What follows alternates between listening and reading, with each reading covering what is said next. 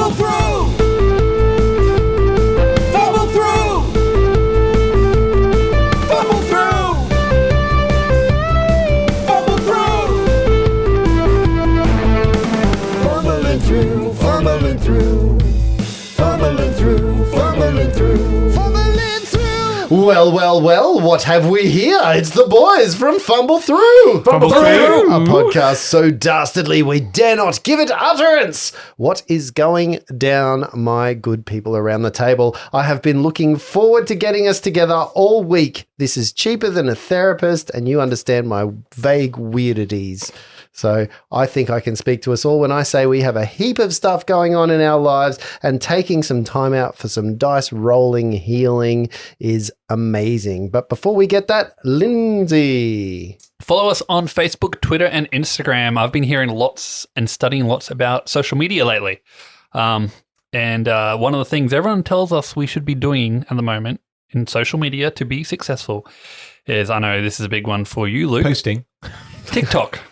Apparently TikTok is the way to success. So we're just going to do a quick TikTok here. Are we? Yep. I'm going to just do it right. We're going to record it right here. What about that Be Real app, Lindsay? Should we be on that too? What's that? Insta Reels. Have you not heard of Be Real? What is it? Insta Reels. No. Be Real Facebook's is a got whole one as new. well. It's a whole new app where there's no filters. It tells you in 2 minutes we're going to take a photo, and you need to take a photo of yourself and a photo of someone with you, and you can't put anything, so you can't curate your feed. It's just at that point, what are you doing? Yeah. So if you're on the can. Yeah. I'll look into that next. Cool. Mm-hmm. But we're going to do a TikTok. Okay. So let me just make sure we got everyone in. I'm just going to record it. I don't even know how to Is TikTok. TikTok still? Do you want to take that bandana off? No. I'm trying to figure out a good angle here. Sorry. Cobra Kai. There's no good angle. There is never a good angle what she around said. this table. Someone's going to have to move. Is it still? What? Well, considering What, you're the one with the TikTok? No, it's a camera, why don't you move moving in? It's a moving thing. You can move Hey, the camera. Yeah, but It's I a need video, to right? talk. Huh? I need to talk. About what? Shut up. Is this going straight to the Chinese government? Tell that bitch Hello and welcome to Fumble Through. Fumble Through. A podcast that told they should be on TikTok because they're great for 15 seconds. Just like Lindsay. There we go. TikToked. I didn't like it. I'm sure one TikTok will get us right over the edge. Yeah. That'll be the push we need. I didn't like it. So follow us on Instagram Reels. I'll put it up there too, yes. Yep. Yep.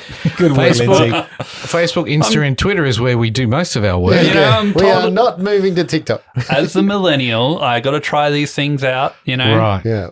Yeah. Luke is not allowed on TikTok. No, I've I've heard. watched when Luke used to have TikTok. Luke lost days. I did. I really did. Luke would come to school and he'd be like, I've been TikToking all weekend. Yep. Is that a euphemism? No. There was an intervention in our house. Right. Yeah. My wife literally said that app needs to come off your phone. No. Right. It is bad.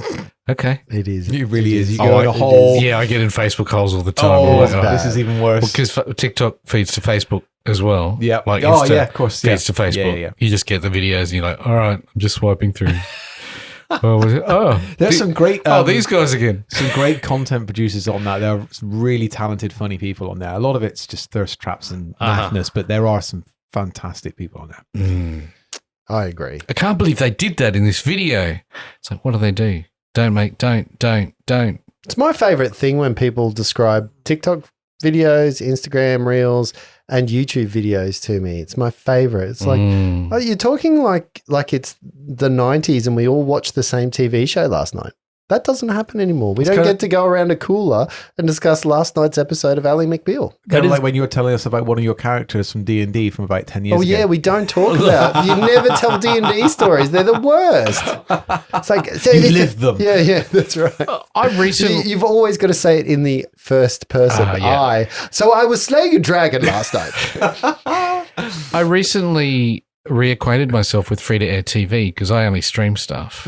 And then I went and stayed a couple of days at a mate's place and he had free-to-air TV. And now I'm in renovation show hell. Buy a house in the country. No, stop it.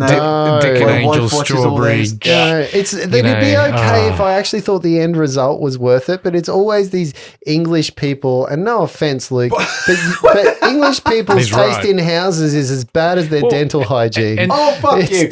I'm so This house has 2 bathrooms. Look at it. I've got my 19th century thing here with my IKEA lounge. There was one of them. One of them was escape to the country, like Amsterdam, and one was Australia. And they're complaining in Australia that it's only got 3 bathrooms, and then in Amsterdam, it's like, yes, you can sit on the toilet and make your toast at the same time. That's so, and then renovating cars as well.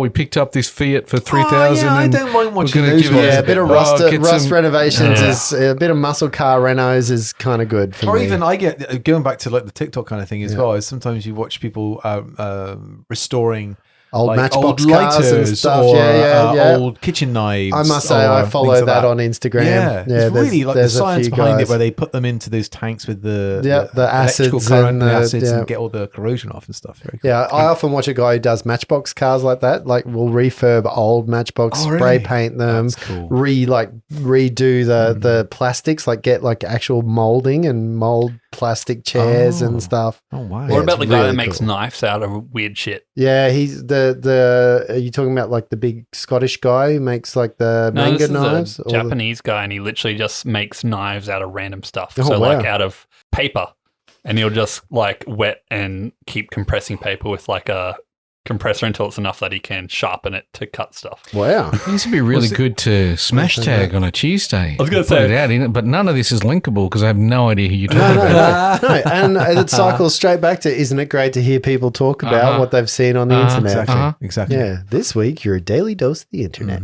This is why when I knew I needed to get rid of TikTok was when I got hooked on watching videos of somebody, a vet or a guy trimming cow hoofs. I love that. Hoof GP. Hoof GP. There you go. There's a smash tag for you right there. Hoof GP. It is surprisingly is engaging, really right? It's I've watched a similar one called Camel Toe GP. Oh, no. No. That's not fair to the world. Yeah. Trimming. Oh, no, I can't. Sorry. No. Yeah, done. What's the collective noun for Wookiees? I remember it. Does anyone else? A minge. A minge of Wookiees. How would you forget that? I didn't forget that. I've seen a few Wookiees in my time. So your challenge, listeners, is to talk about this podcast to somebody else. There's something you've listened to on the internet and need to now describe in all of its glory. Yeah, nice. Can I just jump in with something as a bit of an aside? It might not make the edit or not, I don't know, but I was just in Irresistible Force earlier today on the way home, as I usually do, and they've got these new D&D toys, like Dungeons and Dragons figure toys. Have they got some? So they come with dice. Some of them come with limited edition dice. Some of them are Transformers. They are like a dragon transforms into a D20. Yeah. They're a little high in price for my liking for what they are, but far out. There were two characters from the original Dungeons and Dragons cartoon.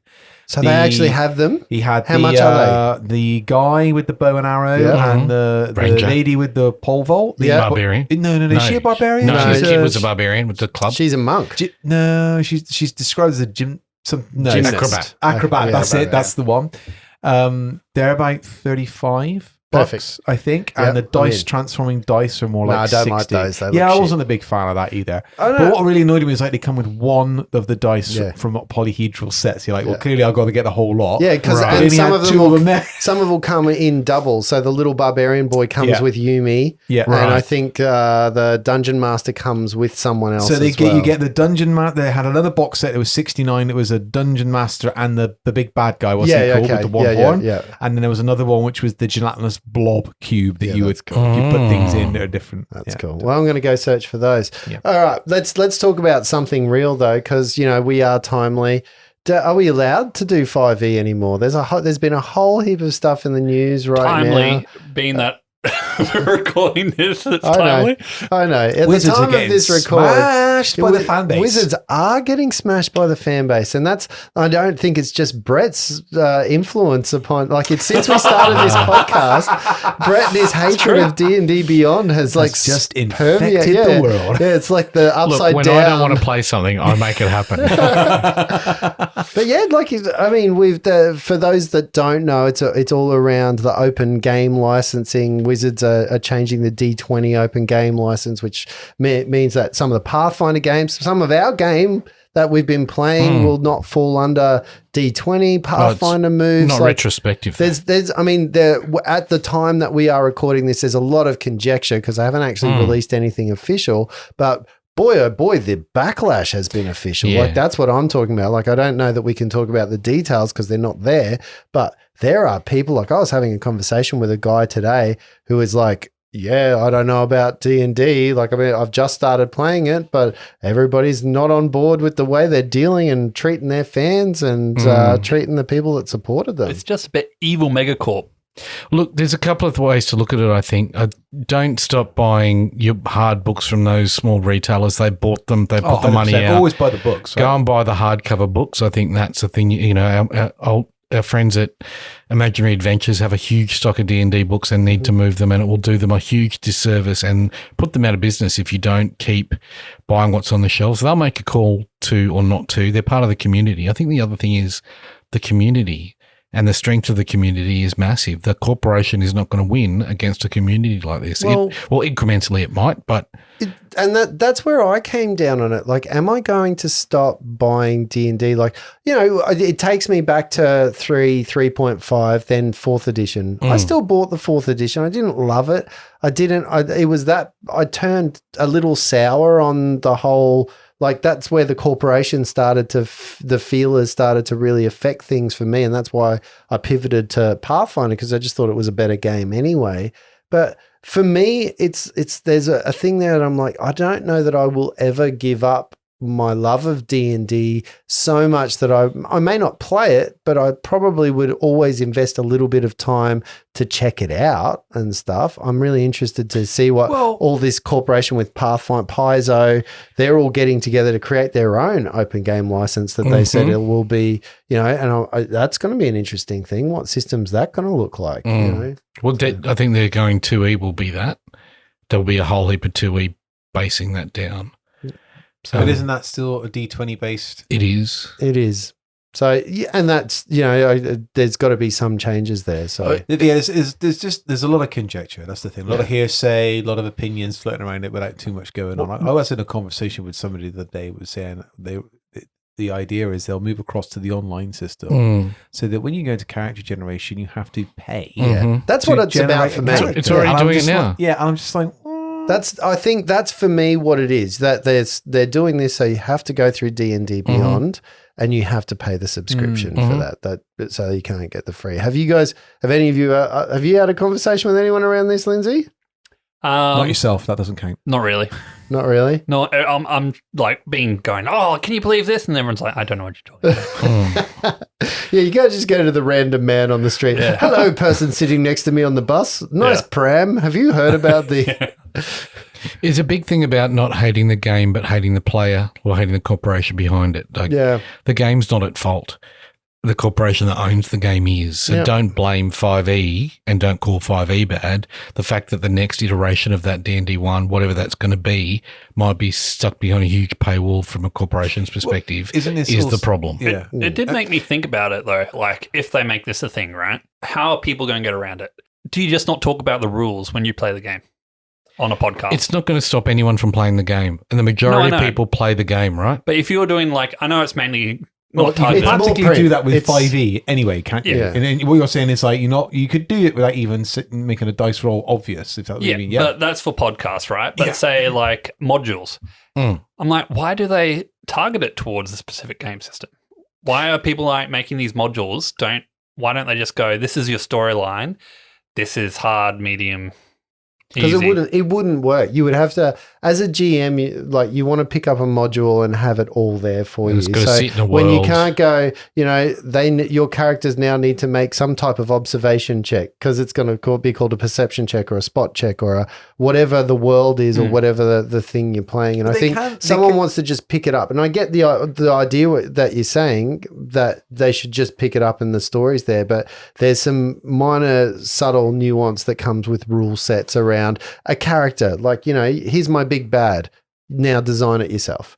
That's a lot of time. There's got to be some.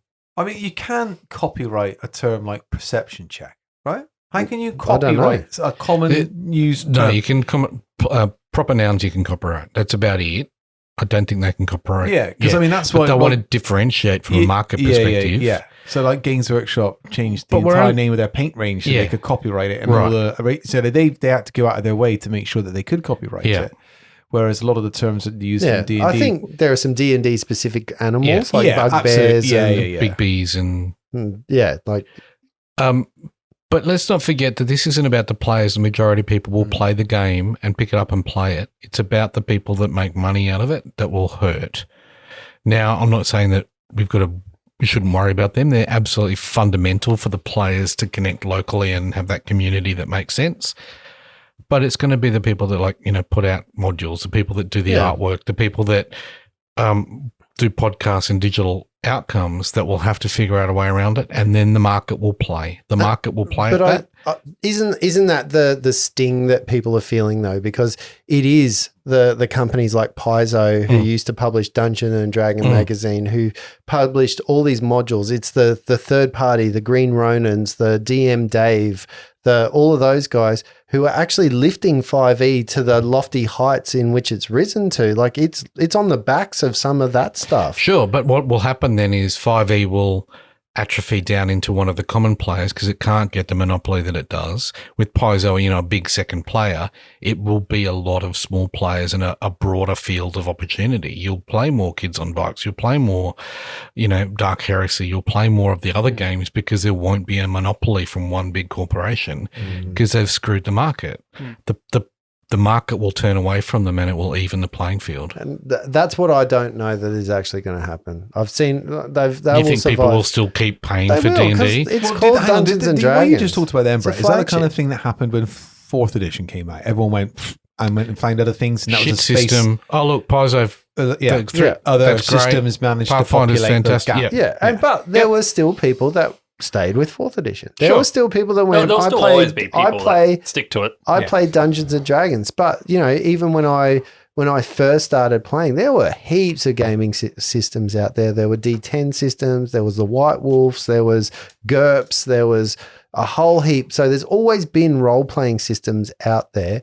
But I think the thing is that you need something that's accessible, that's popular, that people can get to. And I think the internet has changed that, because back in those days, you didn't just get to go to a website and look at the rule system. Like we've done that for years with Pathfinder. Pathfinder PFS D20 system, or what is it? SRD. PFS SRD has been a staple in my life for a very, very long time, because that's where a lot of information comes from. I still buy the books. I still go and get the published. I want the shelf with all the things on it. Absolutely. I've got 3 copies of the core rule book of Pathfinder.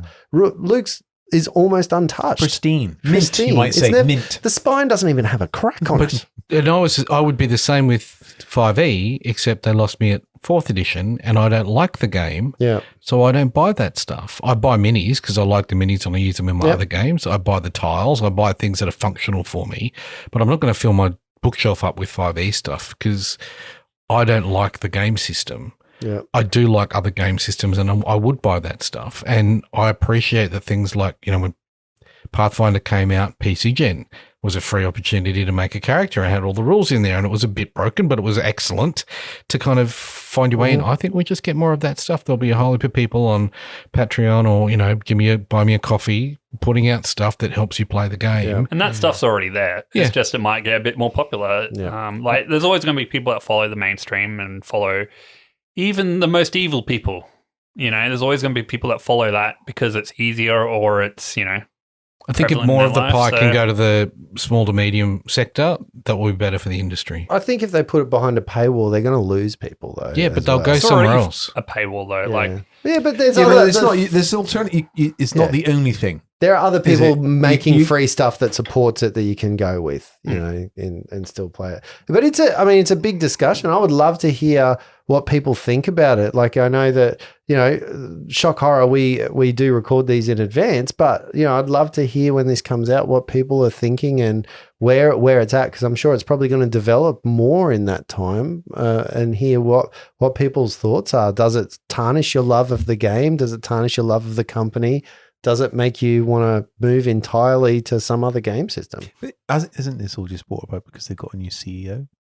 I don't know. I don't know too much behind it. No, they're looking at it's a revenue. They're not called CEOs; they're called head wizards. Grand Magi. I was going to say, as long as they don't call them the Grand Dragon, they'll be okay. Head wizards, because that's how they get the job. Ooh, a wizard staff has a knob on top. Yeah. I told you to take his staff. I think they've taken a very corporate view of it and forgot that this is a ground-based community game, and that's where the base is at, that it's not a corporate game, that it's a community game, and 5e Wizards have forgotten that. They have realised the mistake, and I think will course correct somewhat, but the damage is kind of there already. That it used to be played by people in their basements because, there's all these big wigs now playing it for thousands of people on the internet. It was owned by TSR back then. Become very mainstream. So it was owned by a different company. Wizard bought TSR stuff. But part of that is then about going, it's the curse of the mainstream, that once it becomes mainstream, the fringe people don't want to play it anymore, that we want to sit on, there are a whole heap of people who want to sit on the fringe to play D&D. Fringe. Yeah. He said French. No. I thought he said a group of Wookiees. No, there's people who want to sit purposefully on the outside and find the thing that no one else is doing. And once it 100%. becomes too centralized, they will look for the other thing that sits them on the fringe, that sits them on the outside. They're, the early adopters, the people that find things first. That will all happen. That's, this Bloody became hipsters. famous because of what Stranger Things and Critical Role. Yeah. I think the detriment to all this is how are we going to really summon Satan if we all stop playing D&D? Oh, stop it. She's just upstairs, if you want. Oh, God. All right. Well, you know what? That was just a side-by-side, but what I think we need is, can someone enlighten us? What is in the... No, it was not. What's in the Fumble fridge today? What is in the Fumble fridge? Lindsay, I'm going to let you do this one. Get rid of this. Yeah. So today we have, I'm going to have to read. Ooh, it's hauntingly good beer. Ooh. Where is it from? This looks like it could come straight from a Scooby-Doo cartoon. Ooh, yeah. I don't know how you see where it's from so quickly when you do this, Brett. He pre-looks. It is from Adnams Southwold. Adnams Southwold. Ghost Ship Citrus Pale Ale. From Surrey Hills in New South Wales, this one. It's a nice little citrus it pale says ale. Wait a minute. No, but it says on the back, brewed and packed in England. Arr. Imported by Pinnacle Drinks in New South Wales. I already love it. Of course you would. Get your bad teeth around that. I'm trying to read it and it's like... It's got bold citrus flavours from a citra hops, inspired by the tales of old smuggling ships along the Suffolk coast. This hauntingly good pale ale is full of citrus and biscuit aromas with a spookily hoppy bite. Oh, so good that Brett let you do that, Lindsay. I'm glad he took over. The brews are his thing. We do this, I would like to actually make a public apology. We do this to Lindsay all the time because you are such a softly spoken man. Every now and then we all say, oh, Lindsay, do this. And then we just jump over the top of you and make fun of you having sex with your mum. Mum. I wasn't doing it to be mean. I was doing it to shortcut his ineptitude. But we've all done it. I shouldn't single you out because I'm probably the worst at it. Yes, you are. Luke, I've got something to pick up for you here, my friend. 1.6 standard Australian drinks, but 2 UK drinks. Yeah, no, we're a little harder. Fucking hell. We're a little bit more piss fruit. Yeah, we're a little bit harsher on the units allocation. Yes. This is delicious, by the way. What is half a pint worth in terms of standard drinks? It's just it's what drink. It's 50% of a full Yeah, pint. of course it would. Yeah. Half a pint of whiskey. Is good.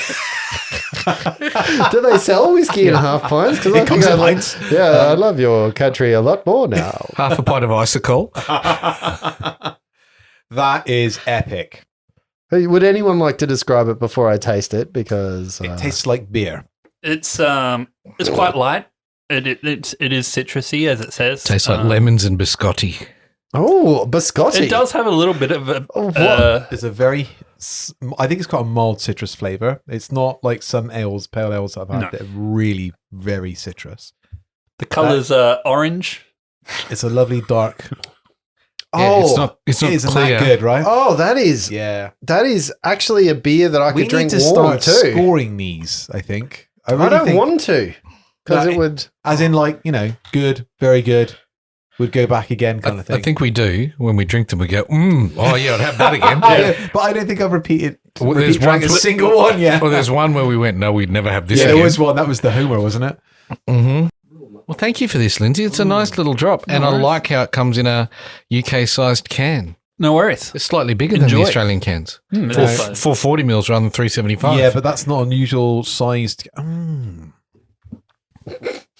See, because here I am holding a can of Sprite, Australian can of Sprite, and that, if I'm For your correct, shandy. is 375. 375 mils, but we don't have 375 mil cans in the UK. It's 330. Because of They're ounces. slightly smaller. Is it because of ounces? It might be to do with that. Actually, I've never considered it. Same with the medium-sized bottles. They're 600 mils here. When in the UK, they're 500. Yeah. Oh, wow. Because then it gets to 1.6 standard drinks, right? I was thinking of soft drinks, but yeah, go with that. That sounds good. I don't know. I'm making it up. So the can, I don't recall there being a 440 ml can, but that might have very well been made because that's exactly 2 standard units in the UK, Oh. as it says on the can. But then they'd have to change the size depending on the alcohol percentage. Look, for this can, they've marked that as 2 units for this particular drink. So everything that had to be 2 units would need to have They this adjust the percentage can of to alcohol. get Can I just say this is units. the most we've had some random conversations. Shut up, Lindsay. No one's listening to you. This is important. I was just going to say, interrupt, Lindsay. It's your time for revenge. Oh, It's another amazing. Can't we just say factoid. it's just because they wanted to fit the full ghost ship on the front of the can? The artwork is amazing. And, if you're playing Skulls and Shackles right now, this is the drink for you. Oh, it is very, I have to say, this is not as cold as I would love it's a 'cause beer. it's- Oh, it's but fine. I It's can English. actually, I can actually see myself drinking this. It is very warm and swampy tonight. It's raining That's 'cause outside. I kind of and chucked it on the table when I came in and didn't put it in the fridge. Just for context, we're at about 170% humidity in this room. feeling hot. I'm wearing a sweatband to stop the sweat from getting in my eyes when in combat. No, that's Cobra Kai.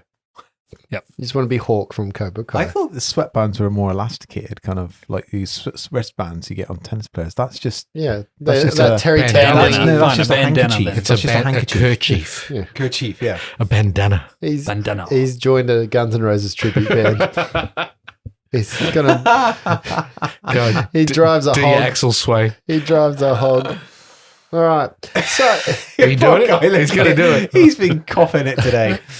Yeah, good. so look, as is all the rage, today I've let AI decide the dicey question. That's that is how to the bottom. This is why I need listeners to start sending in their dicey question. So I literally. I thought that whole thing about the OGL was the dicey question. No, I was just asking. We're not playing tonight. We're No, just I was apparently just not. asking a question. going along. Well, I'm on 1 HP, so it could be a very quick game. That's all right, Luke. I've got you. I'm on 1 HP. All right.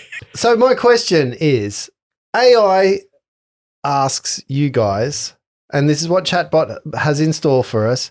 Can you tell us about a time in your life when you truly felt content? Just like, the AI really gets that. The AI has felt content in its past life. And it I think just before I was born, maybe. I did. A time when you were truly content. Yeah, I mean, what an interesting question. Like, there's moments in my life, like, you know, I let Chatbot do this, and I literally did this before we started recording, so I haven't thought about it. So you've read that? It didn't say it out loud? Chatbot? Yeah. No, that was an AI. It was written to you, not said to you. So it could be a time in your life when you truly felt content.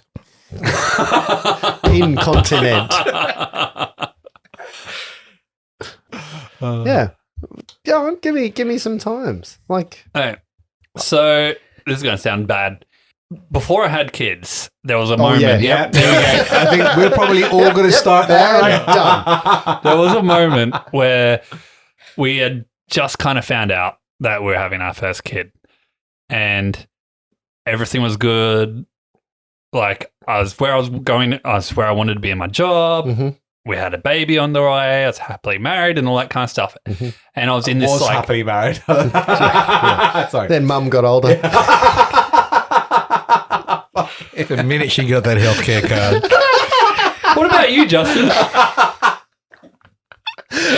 Carry on, Liz. I feel so bad. Paul, you really are coughing it tonight. Anyway, I was just in that kind of like space, and I was just like, life's good. And it was like those moments where you're like walking down the street and like you notice that's a really pretty cloud. You know, you're like just that perfectly, everything's going well for you, and you like stop to smell the roses or look up, as you were saying a couple of weeks ago. Like before the stress starts piling on of being an adult and all that kind of stuff, I was like, life's really good. Yep. Yeah. So that was probably the time I can think of. Anyone else? I'm still happy now, but now there's a lot more stress. No, truly content. Yeah. I do have a moment that springs to mind, and it's a weird moment. Mm-hmm. So Dimity and I did a working holiday to the UK, and we went over, spent some time with my aunt, who was very gracious and had us for an extraordinary period of time, and the whole family took care of us really, really well.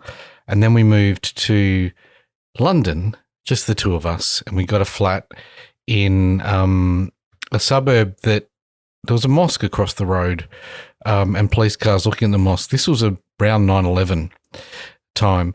So we got this fully furnished flat in this place, didn't have a TV, got the paper every day, and we had the best time. We, no TV license needed, just got the paper. We would look for jobs, but Dimity and I hung out together. We would go out and see London. The world wasn't a part of our every day. We'd get the paper and read stuff, but we would do the crossword puzzles and play the trivia games, and we had a really good connection with each other. And then we'd go and see this beautiful place, London, and explore, and it was a really lovely period of time. At the same time, 9/11 happened, and we didn't know what was going on because we didn't have a telly. So we got it in the paper 24 hours later and went, oh, what's this? Front page news. But, like any other front page news, a plane has crashed. And it wasn't until the police car presence on that mosque across the road really ramped up that we went, oh, there's something going on here. But for, a good month or so, that was a beautiful period of time. And I think Dimity would say the same thing. We would do, we bought a checkers set, but it was shot glass checkers, and would play vodka cruiser shot glass checkers, and just, enjoying each other's company and having a good time and seeing a wonderful country and exploring, wonderful, wonderful time. The only sad part of that story is the mosque part. Those poor people. Because, that was that time, right? The guy in the mosque was one of the guys who was the leader of the Al-Qaeda in London. And he was he was being that changes things a little bit, He was the guy with the claw. He had his hand bombed. Inspector Gadgets? These are all the jokes Jimmy and I made at the time because, we didn't know the seriousness of it. I don't know the guy with the claw. So there was You don't know the guy with the claw? No. Seriously? No. I can't remember his name, but that was maybe it was a UK thing that they were big on reporting that. Yeah, well, he was in a bomb injury and had lost his hand and had a claw for a hand, and he was one of the guys at the mosque. One eye. If you were to draw the archetypal Bond villain, I think he had a skinless cat, a big chair. A skinless cat. Yeah. Not a hairless one. Claw. A skinless cat. Kept patting it with that claw. He donated the fur to the local minge. Oh.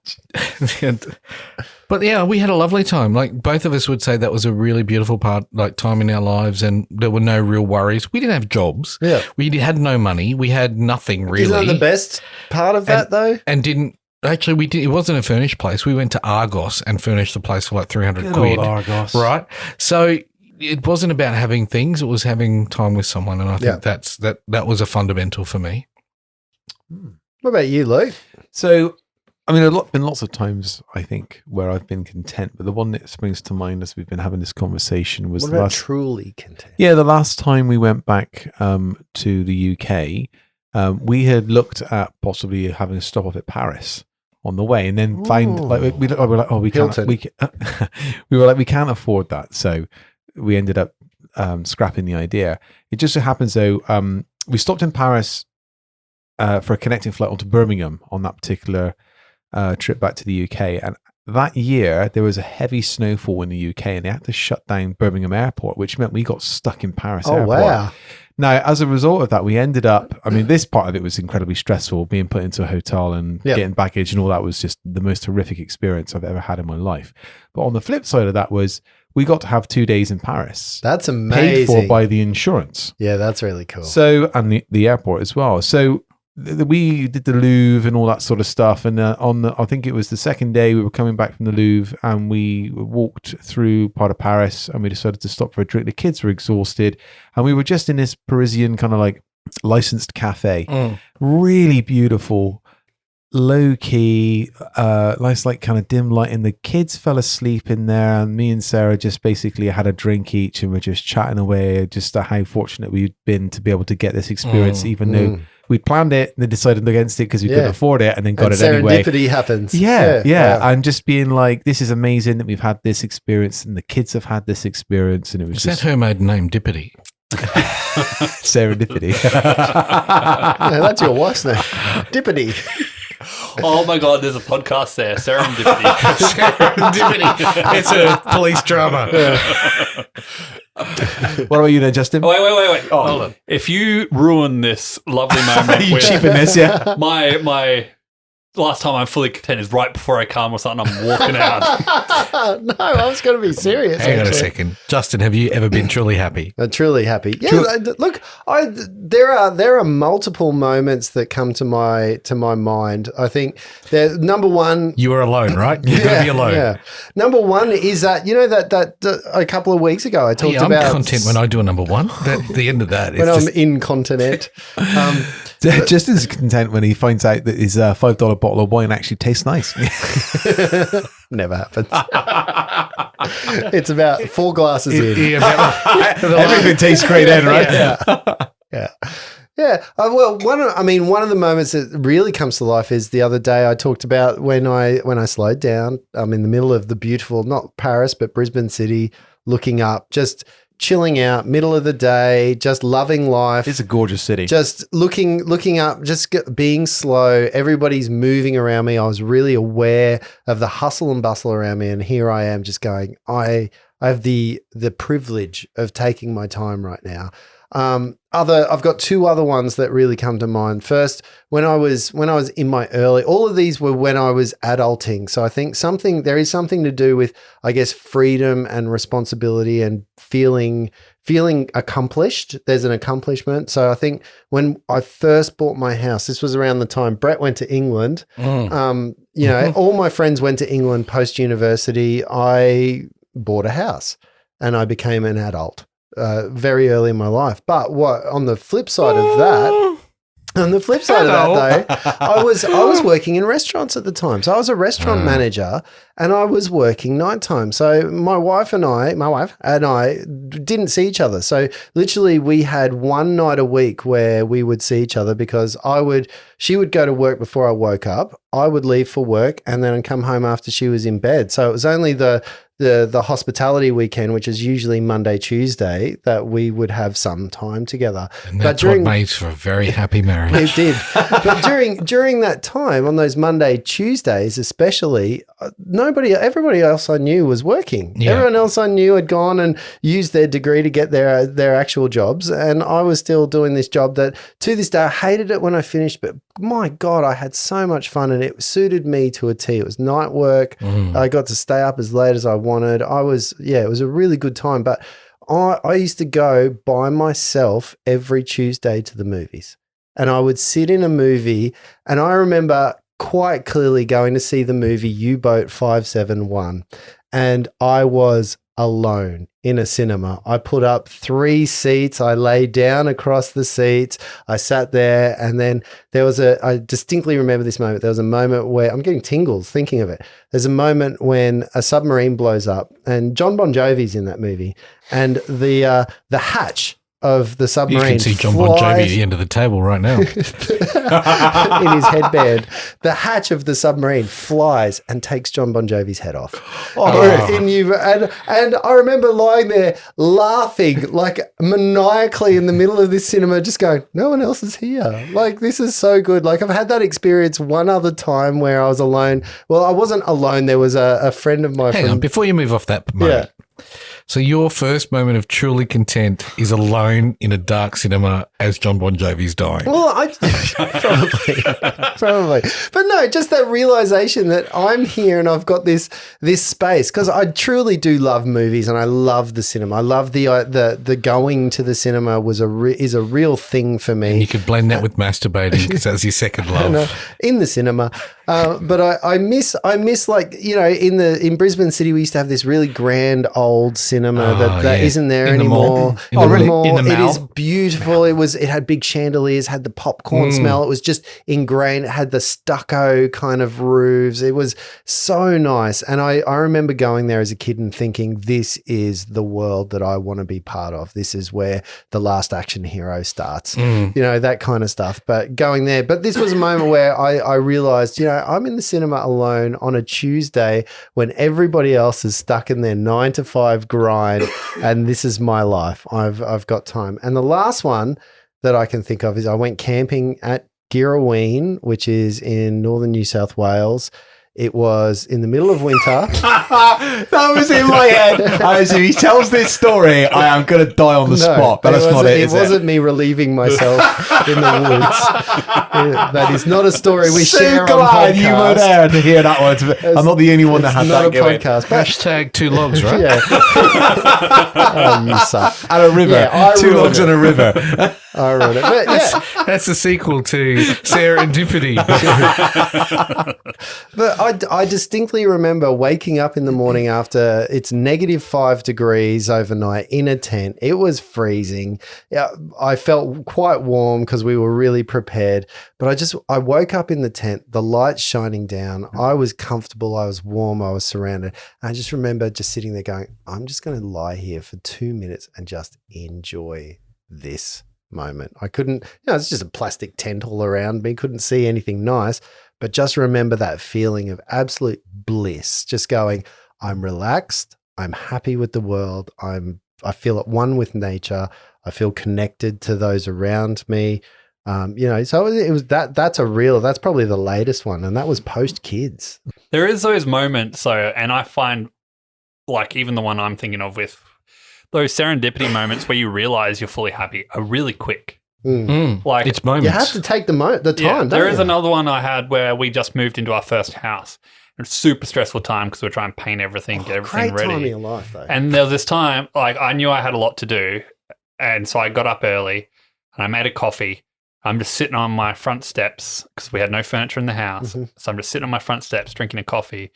I just remember that being super peaceful and happy, and they're only short, and you got to enjoy them, and they'll just sink in there. And that's linked to that accomplishment. This is where you and I are so similar, I think, with stuff like this, because there's that sense of I'm humaning really well right now. I feel like a good human. and you've got a house with nothing, but you've just moved in, first house. Yeah. You know, I'm a millennial and I own a house. Yeah. I'm good human. Me tick, good box.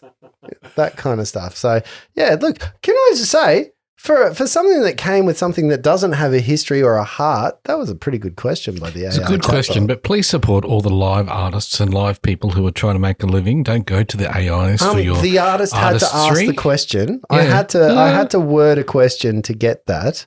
And then I had to word it again because I didn't like the first ones. Don't begrudge it. I just know Skynet's coming, and let's not let it come too soon. But the Skynet Masters are okay with me. Make sure you edge it. The Skynet Masters are fine with me. I am okay. Sarah Connor, if you're out there, don't do that thing. Yeah. Okay. I'll be back. Sarah Connor. I always think my Googles. Get in the chopper. You always think your Googles? I think my Googles when I ask it a question. Oh, I do too, I think, just in case. Yeah. Yeah. Thank you, Siri. Yeah. Oh. Fuck you, Siri. Anyway. He's dead first. Wow. Well, it is probably time right now. I think what we haven't heard for a long time is the work of Bilson Moon, or his pseudonym, Junior Lockwood. I was listening back to an episode where I called you Junior Lockwood. Yeah. J.R. Lockwood, what have you got in store for us this week? We pan across ancient ruins where a bloody battle has taken place. Mm-hmm. We zoom in on a body of a halfling lying unconscious. What's going on in his unconscious mind? Let's find out. We are now above an extremely clean city where the sun is shining, the sky is blue, and the grass is the deepest green. Music floats through the air. Bubbly ale, sipping the orcs away. On my way to where the mead is sweet. Can you tell me how to get to the mermaid's teat? Walking down the street, you see 3 versions of our heroes, but their proportions seem a bit odd, and they seem to be made of some sort of felt. I think I know where this is going. J.R. Lockwood, standing there, all felt, big bugged eyes. I can wait till we get to the tavern. 1 hooker, ha ha ha. 2 hooker, ha ha ha. 3 hooker, ha ha ha. Meridius, me want beer. Glog, glog, glog, glog, glog, glog, glog, glog. Then a giant blue bird looks directly at us and goes, today is brought to you by the letters F and U and the number 69. Suddenly, JR is shaken awake by Nikron. That's so amazing. That was amazing. So I thought in the middle of that, I was like, haven't you learned from singing in an intro before? But you really pulled that off by the end of it. That was really good. That reminds me of my new favourite joke at the moment, which is, why can't Miss Piggy count to 70? Oh, my word. I hear these. The problem is I hear these like about a week before they actually happen. I always test them out on you. Why can't Miss Piggy count to 70? We all know the answer, so do you want us to ruin it or do you want to give the actual punchline? Because when she gets to 69, she gets a frog in her throat. So good. Okay. This is just Lindsay being mean to me. Yes, let's demonstrate. He thinks this is You started off by poo-pooing a game that I was trying to suggest. This is great. I think this is going off in all angles. I'm loving it. It's this beer. We haven't had a moment like this. No, we didn't start drinking the beer till 45% of the 90% of the way through that conversation. I think we just needed a good download this humidity. week. Yeah, it is humidity. So, look, you guys find yourselves at the Shrine of Savras, the orcs, the ogres that were here, dispatched. Everybody is gone. Don John Raskin has disappeared into the woods, trailed by 2 of those orcs. It was 2, was it? Yeah, 2, and another has run off. So just Scarpard getting out of here. No, thank you very much. Watching what you guys do. So you are beyond the gate. So I don't know. It might be a good time for you to go, well, how do you stop those 2 orcs from coming back? I personally, I don't want you to play my character or anything, but I think Nikrin will probably, at this point, part of his magpie heritage is going to kick in a little bit here, and he's going to check the bodies. He's going to check the bodies of the orcs. For shiny things. Maradius is going to, as you start to do that, go, as lucrative and as appealing as the loot may seem. I had a moment here. A short rest might be appropriate first. I'm not dead. Yeah. So you begin your short rest, and that only takes a little while. At the same time, probably that Nikron is starting to ruffle through the orcs. The orcs come up with very little. Like you don't get a lot off them. From each one of their dead corpses, you can pick up a few great axes. You can pick up some javelins in here. So you're talking about. I think it's 9 or 10 great axes that you can find out here on the battlefield. You could probably find 3 times that in the way of javelins. Each one of the orcs is wearing a set of hide armor, but that is orcish and stinky. Anything liquid, and a bit, gold, silver. And a bit gross. But in terms of treasure out here, especially on the bodies of these guys, they're not. There's not a lot going on, and that's not just me being mean. That's me reading this straight off the sensual kit. Nikron is going to take to the air very, very slowly and stiffly. Yeah, that was awkwardly. Yeah. And go reasonably high, and I want to be able to see if I can see where our friend has run off and these orcs have followed. Can I see roughly where they are? Well, after about the period, because a short rest goes for about 15 minutes. So, 1 hour. So is it 1 hour? I thought a short rest was 15. Short rest is a period of downtime, at least 1 hour long, during which a character does nothing more strenuous. Don John Raskin would have come back during that time. Oh, he's back. All right. You could see that as he's come back, there are some leaves and some sticks stuck to him, like he's tried to make an impromptu ghillie suit on the way. He's like, "Oh yeah, I lost those guys there in the bush. You should have seen me. I used to go out there all the time, get in the bush, get into a hiding spot." I used to hunt bugbears. That's what I used to do, hunt bugbears, yeah. Back when I was in the trading post, skinning. Thank you for coming to our rescue, Don John Raskin. You are most welcome, little man. I am sorry for insulting you earlier and saying you did not get any of the treasure we find. He should help himself to any treasure he can find on these bodies. I sincerely apologize. I will try and be less rash in the future. He kind of sets himself down. He's feeling pretty happy about that and himself at the moment. I guess the only thing that's sort of left to you guys at this point is what are you going to do about the rest of this place? Because you haven't gone inside yet. I'm going to take a 2-hit die rest first. And a D6. How long was that? Well, this is during that hour. So let's just say this is after you've taken the short rest. You've done all those things. Oh yeah, I guess you get hit point. What actually happens? I haven't played this game. You roll hit dice up to however many you want. Because we're 3rd level characters, we can roll up to 3 hit dice worth of dice to recover. Oh, wonderful! And a D6 because I'm playing my song. Plus rest. a D6. Does that mean that you don't rest? No, because it's it's 5th edition. You can do anything. Your rules, you're eating, you're drinking, you're blah blah blahing.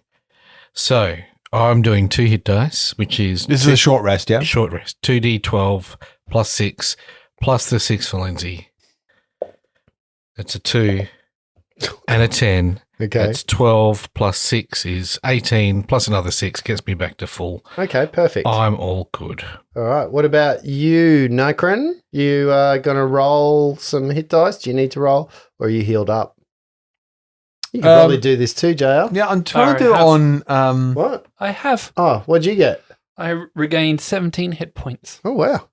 Okay. That's a lot better than 12. 17? How the hell did you do that? 2 D8s plus a D6. Oh, sorry, 3 D8s plus a D6. How was it? Hang on. So talk me through that again. You three roll your hit hit dice. Of your hit dice plus a D6 for the song. Up to 3 of your hit dice. So I've saved 1 for another short rest in case we encounter something later, and I need another little healing pop-up. Ah, okay. So let's go. Well, that's good. That's a 6. Mm-hmm. Because my hit dice is a D6. Okay. Great. Right. So 6, 4. So that's 10. 10. Mm-hmm. And I get to roll a D. So is a the D6 hit dice for the song. So you can keep and a D6 for the song, so not a D6. So you're going to keep a hit dice in your back 5. pocket. There we go. Yeah. So 15 in total. I used all 3 of mine because I rolled a 1 on I'm going to remain 1. So, okay, we're not doing too shabby there. And the only thing really left for you guys to do is to actually have a look inside. You haven't actually been inside the area. So in order to get in, there are a couple of egresses in. As you know, there are 2 front doors that you had a fight there at this point in time. One of them is open with a couple of dead orcs. Just so you know, that's called an ingress, not an egress. An ingress. Well, it depends if you're coming in or out. You said egress in. Okay, all right, an ingress. Nice one, dickhead. Yeah, an egress from outside. Yeah, so there's the two double doors at the front. You've also got the double. What's Dumbledore doing there? You've also got the big opening in the corner at the front corner on the never eat soggy Weet-Bix on the western side of the shrine. But also there is a big gap that the ogre came from when Nacron was around the back of the building. There was that big gap in the wall that the ogre escaped from. So you could go inside for either of those, or you could even fly up through the bell tower and then get down. You think that probably would get inside. It just depends which way you want to go in. I'm going to walk. Okay, so you walk. Which one are you going to? You're going to go through the hole in the wall that it's on the west, the hole in the wall on the southeast, I'm or going the through big the double Weet-Bix doors? door. On the western hole? The western hole. I would like to fly.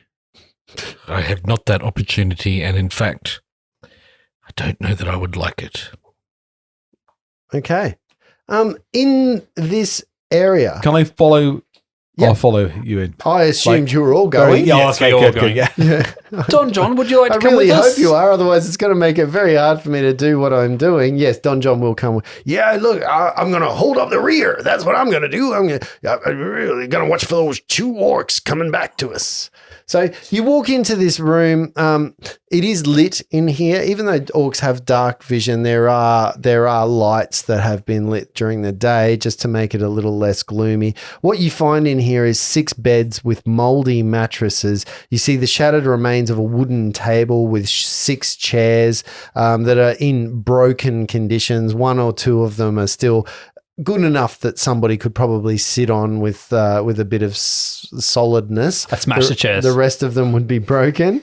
You also see a soot-stained fireplace containing a rusty cauldron that's hanging from a spit.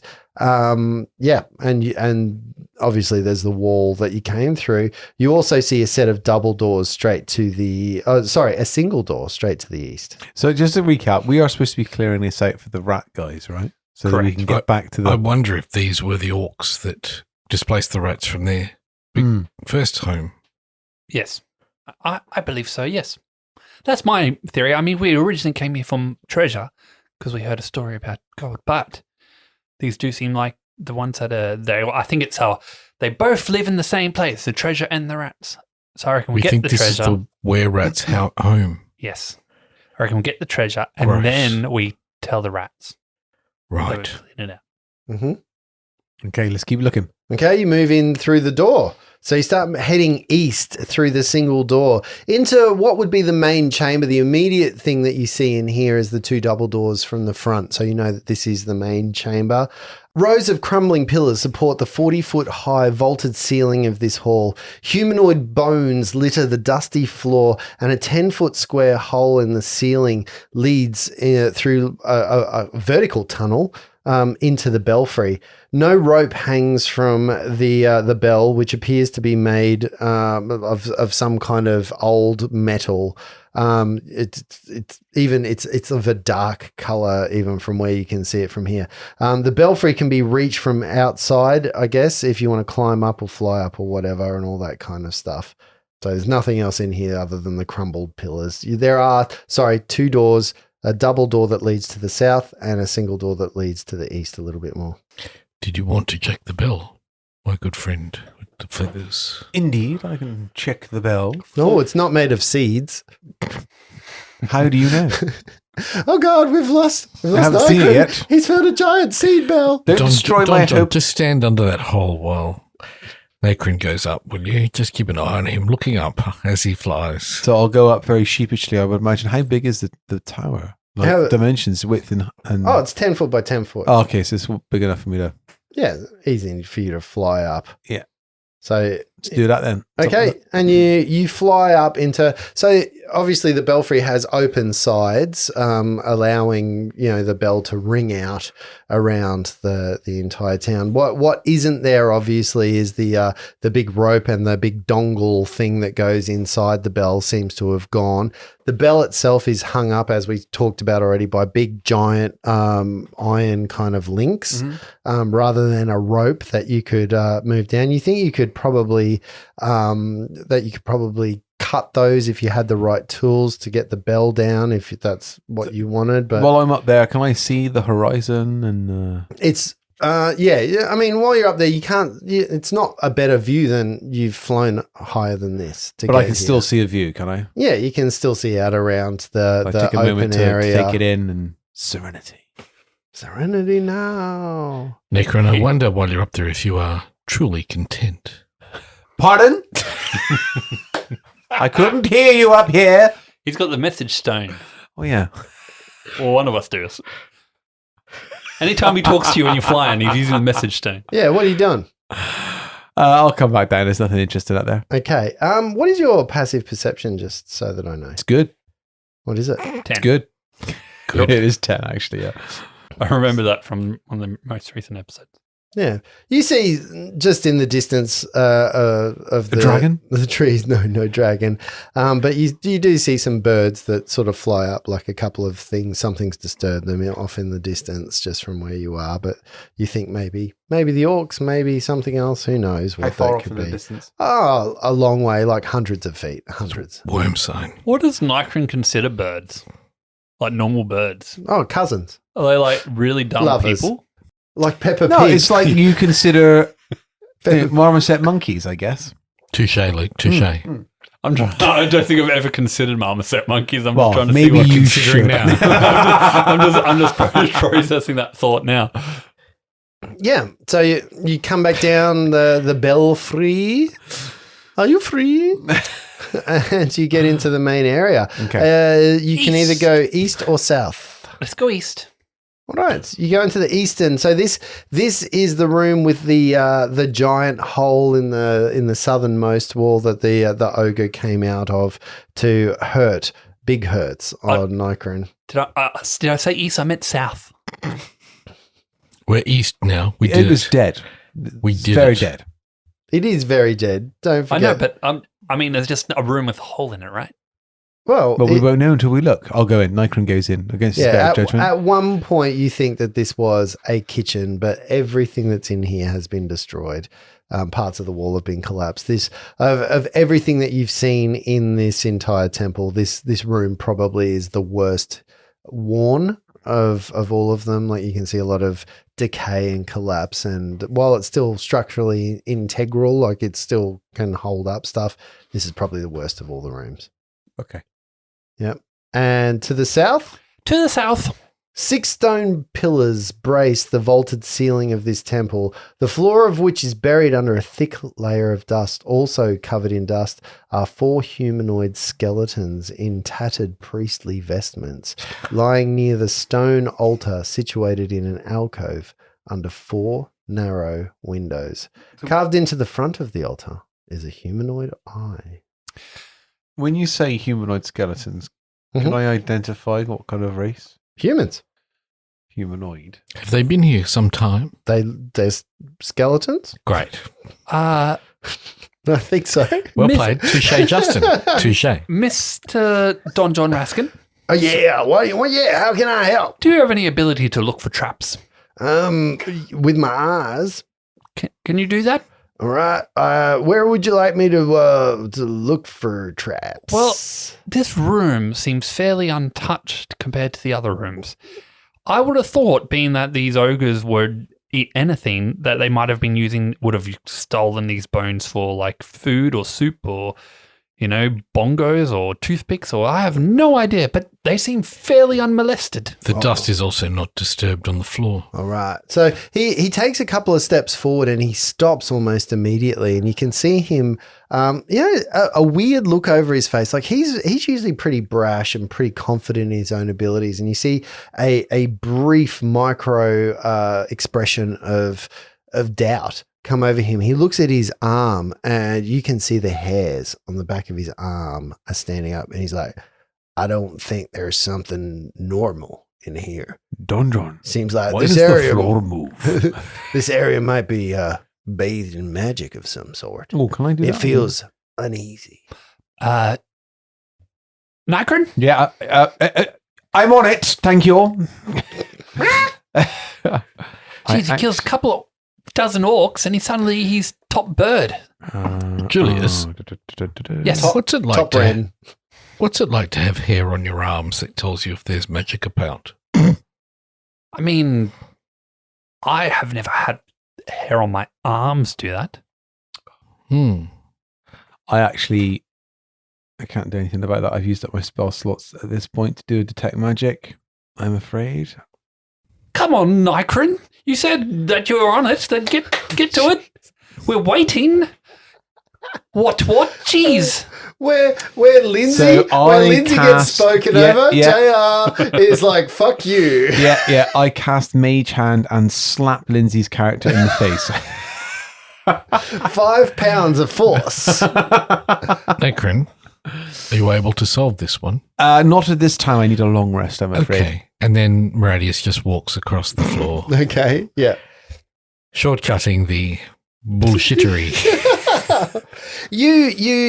Your footsteps, motes of dust start lifting into the air, and your steps start making their own. And as you get about 3 to 4 steps in, again, you feel some kind of weird tingling sensation as if a magical aura. You think the eye that is painted on the altar may be having some type of magical effect over the room, and just has had a long-term kind of deterrent from people being. There is some kind of presence of the divine in this room that might deter evil creatures. Oh, so it's a good magic. Doesn't feel good to me. Are you evil? No, but it's magic and blah. What are you going to do? Would you like... I'll come have a look. I'd love you to have a look. I'm going to take a knee and bow respectfully to the gods of this place. You do realise, Maradius, that you are somewhat a creature of magic yourself. How very dare you? Your ancestors have this stone, Genasi. Is that what they're called? Genasi? Yes. They are creatures of magic. So you have been skeptical of magic. This is all as he's walking up. Is kind of somewhat silly. It's been like afraid of your grandfather. I live by my good strong arm. Yes. And my wits and the abilities that my body can provide. None of this mumbo-jumbo wiggle-waggle, although it is quite effective, not required when a broadsword or a broad axe is on your back. I'm right here, Can I tell what god is? The Savras. All right, yes, of course. So Maradius is taking a knee and going, Lord Savras, we come here in peace and do not wish to disturb you, but would like to take and put to rest the bodies of your good priests who lay here. Died so much in vain. Mm-hmm. And that's exactly what I was going to say. Where are you getting to, JR? I was approaching the altar. You go to the altar? Yeah. What do you do when you get to the altar? I'm basically just going to, one, check, are they all priests? So they're all priests, there's no... They look like they've all got priestly garbs on they all look like they have tattered priestly vestments. This one certainly has the bones of a priest. Yeah, and you kind of have to walk over their bodies a little bit to get to the altar. And as you get to the altar, of course, this feeling over you gets stronger and stronger and stronger. And then all of a sudden, like for some weird reason, there's an impulse that you just can't control. You reach out and you touch the altar. I would have done that anyway. As you touch the altar, your finger just taps it a little bit, and you feel an energy between the stone and your finger. A coldness spreads up your fingertip, through your finger, into your hand, up your arm, up your elbow, into your shoulder, into your heart, into your head. You guys watching this see just JR's eyes roll back into his head. He becomes almost stiff as his eyes seem to disappear and move into a different area. And as you touch this altar, JR, you begin to feel a sensation, a strange sensation wash over you.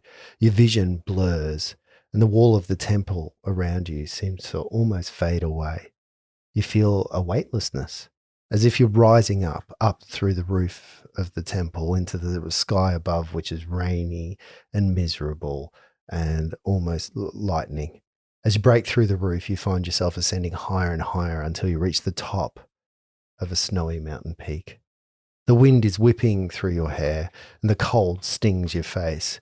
You look around and take in the breathtaking view of the valley below, the snow-capped peaks, the frozen rivers and the icy glaciers that are all around the peaks of this mountains around this sword area. The fortress on the mountain peak that you recognize as Icepire Peak that you've seen from Phandalin is looming above, its walls and towers covered in a thick blanket of snow. The once proud banner of the fortress now lays in tatters, replaced by the fierce white dragon that seems to have taken over the fortress. The dragon's icy breath has frozen the gates shut, and its massive claws have gouged deep gashes into the stone walls. You realize you are experiencing some type of vision, one that's showing you a place that's far away from where your body resides. The fortress, which you get like a sense of information. The fortress, which was once owned by an evil warlord, known for her cruelty and tyranny. She has starved her own people to death in the past, and the fortress was left abandoned after her demise. But nature had a way of reclaiming what was taken, and the nature of Monkey was irrepressible. And soon the fortress was overrun by a band of orcs. They used the fortress as their home and their hunting ground, but their reign was short-lived as a white dragon, driven out of its natural habitat by the warlord's destructive ways, took over the new fortress as its lair. The dragon drove out the orcs and claimed the fortress as its own. You can see the dragon's lair located on the flat roof of the fortress, where it sits, resting soundly, its large white wings folded in, its head tucked under its front legs. The fortress, which has once been a place of fear and death, but now a place of mystery and danger. You can feel a sense of danger and the weight of responsibility in your chest as the vision slowly fades away. This vision, a powerful one, and it could be a message, or it could be a warning of something to come. It's up to you to interpret the meaning behind it and take action accordingly. After about a minute, you see J.R. Lockwood's eyes kind of flick back in. You may have rushed to his aid during that time. Absolutely. Kind of Moradius would have. He has a almost rigor mortis like rigidity to his body. He's not moving. You can see his eyes flickering. The only thing that you can see is his eyes during this time kind of flickering back and forth, and you can hear him murmuring in a language that you don't really recognize, and it's not audible enough for you to really hear. JR automatically, that moment where I know Kung Fu. You are lucky, Julius. I was about to put you out of your misery. Savras showed me a vision. Really? He showed me a vision of where the dragon lives. Oh. It may be a bit beyond our strength. Nonsense. You're right. I should have more faith in myself. It is a dragon. Could I tell what size it is by that vision? The dragon? Yes. No. Computer says no. Please hold. As the size of the dragon is slowly coming to your mind, Moradius will quietly say to you, Julius. Yes. You have been touched by a god, it would seem. You are truly blessed. You must pay homage here. Give Savras your blessings and give him your good grace. Thank him. Thank him heartily for taking care of you and showing you the way forward. For White Dragon it is that we must defeat. A White Dragon we will fight. You are right, Moradius. And then Moradius will take a knee and start praying to Savras. It's not his god, but he will pray in this place. And then as he finishes praying, he'll get up and collect those bodies of the priests and lay them carefully and gently on the altar. Wish them Godspeed to their god. Savras, take these into your arms. Care for them carefully, for they have served you well in life, as you shall serve them in death. Where's the loot? Could I tell what size the dragon was from my vision? You think it was a large dragon. You don't think this dragon was a fully formed, fully fledged being. You think it's what would be determined as quite a young dragon in terms of dragon ages, but large, that 10-foot kind of space. I mean, it was quite big. It wasn't as big as I've heard them in stories, but it was at least, size of an elephant. Oh. One of those ogres or beasts we've just felled. Bigger. A little bit bigger. Ah. Yes. Absolutely achievable. Do you think a dragon, like they talk about a crocodile being like 3 meters, but its body itself is about 1 meter and the tail's about 2. Yeah. I reckon dragons might be the same, where when it's a 10-foot dragon, it's the mass of the dragon in the center that's 10 foot, and it's the extremities that like make further. it, they go much further than that. That's my take on a dragon. Otherwise, it doesn't seem that menacing otherwise. Yeah. Well, anyway, I think I you're don't right. know, a 10-foot fucking. If you came across a 10-foot tiger, I'd be pretty fucking scared. 10-foot crocodile, I'd still be pretty scared. Yeah, especially one Seen with them. wings on them. Yeah. 10-foot chihuahua and I'd be scared. yeah. I think you're right, Meridius. I again say a prayer to Savras and say thank you for alerting us of the dangers ahead. I have not much to share in forms of law, as I know that is your what's the word I'm after? Domain. Here is a full collection of Bilson Moon novels. There. You just carry those with you? A subscription. Your weight has just halved. Every month for the low price of $19.99, you should get delivered. He's the first issue. The bargain price of 50. Order now and you shall get the Bilson Moon collectible figurines. This is Bilson riding a horse. I sign them all. Just drop off a stone tablet and just be like, if you subscribe to Kindle. We are going to take your priests. Please do not strike us down. We are going to bury them. Oh, I thought you interred them on. I just laid them on the altar, giving them back to their god. Oh, okay? You don't want to bury them? I do not know what the rights of this god are. Neither. I would. We know. can guess. We do a knowledge check. Just to stop you, because I was a little busy when you said that, and I did clock that, but I was doing something else. But as you dropped those skeletons on the altar, the aura of magic seems to dissipate a little bit. That protection for this area, that moment of this altar is sacred and this room is sacred. You see that Savras may have been protecting his followers and their remains even to this day. And when finally they were put to rest and put to ease, Savras can back off and allow the place to fall into the ruin that it actually is, although it will always be a place of holiness. You think it's now moved away from being a temple. Out of character. If he protected him a little better, Just saying. Oh, thunder from outside. The rain gets heavier. Lightning seems to get closer. So yeah, anything else to do here before we go? And well, this room looks like very securable. We should What's your passive perception? 13. 13, and yours, JR? 10. 13. You're kind of putting these things on the altar when you look at it, you touch the stone, your stone sense, the sense of your kin, the sense of your history. Do you get like religious ruins all up you now? Flowing into you. And you sense that this stone's connection to the ground is not fully there. There is something going on with the bottom of this altar. Just, I might need some help. Don John, Nacrin, come. I just need a little push here. Push. What do you think I can do? Push. Just push. If we all push together. Push. Do what he says. Hit this point and push. So Lycran kind of pretends to push. Yep. Yeah, and you push the altar. It seems to be on, you get a creaking sound, but it seems to be on some type of wheel that is designed to move with a bit of force. The wheel rolls back about 3 foot towards the south, revealing in the floor a cavity, and inside the cavity you see a wooden coffer that is tucked inside a 1 foot square. And Meridius will pick out the coffer and open it up. Okay. You open the coffer. Inside, you find 2 things. A bag.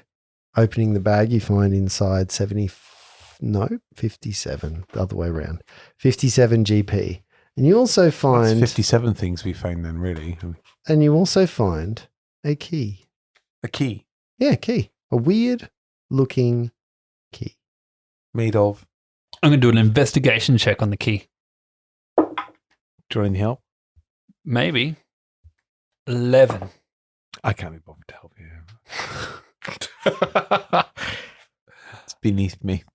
I'm trying to see if it has like a locker number on it.